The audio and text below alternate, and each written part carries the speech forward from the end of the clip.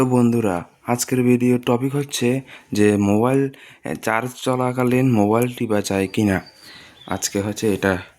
তো আমি বলবো যে চার্জ চলাকালীন মোবাইল না টিপে ভালো, কারণ আপনারা যত পার্সেন্টে মোবাইলটা চার্জে বসাবেন, হ্যাঁ, ওই সময় মাথাতে আপনারা খেয়াল রাখতে হবে যে আপনার একটা এস্টিমেট আইডিয়া বের করে রাখতে হবে যে আপনার মোবাইলটা কতক্ষণ লাগবে। মনে করেন 30 মিনিট লাগবে, তো আপনি 30 মিনিট মোবাইলটা না অন করে এমনি চার্জে ছেড়ে দিন, তবে মোবাইলের পক্ষে এটা ভালো। কারণ বারবার আমি আপনাদের দেখাদের ক্ষেত্রে অন করছি, যেমন সাইডে এটা টাইম দেখায়, মোবাইলটা সোজা করলে এই দেখায়, এই দেখেন আমাদের মোবাইল 80 হয়ে গেছে, 85 তো লোক হবে। তো এমন বারবার দেখলে কি হয়, মোবাইল ক্ষতি হয়। আর এটা হচ্ছে আইফোনের ক্ষেত্রে জিনিসটা বেশি, কারণ আইফোনের ব্যাটারিটা অনেক সূক্ষ্ম জিনিস।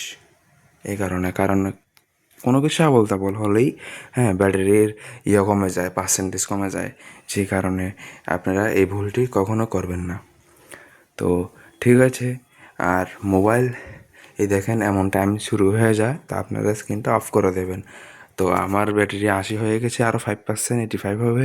তো আমি এসটিভিটা আইডিয়া লাগাচ্ছি যে আরও 10 মিনিট পরে আসবো। হ্যাঁ, 10 মিনিট লাগবে না, তারপরে 10 মিনিট পরে আসবো। তো ঠিক আছে, আজকের ভিডিও টপিক হচ্ছে এটাই। তো আপনাদের সঙ্গে নেক্সট ভিডিওতে দেখা হবে নতুন কিছু টপিক নিয়ে। তো আপনারা কালকে যে ভিডিওটা ছেড়েছিলাম ওটাতে দেখেছেন ঠিকই, কিন্তু সাবস্ক্রাইবও করেননি, কমেন্টও করেননি। তো please like, share and comment করে দিন, তাহলে আমাকেও ভালো লাগবে। আমি নতুন মোটিভেশন পাবো আপনাদের জন্য ভিডিও বানাতে। ঠিক আছে।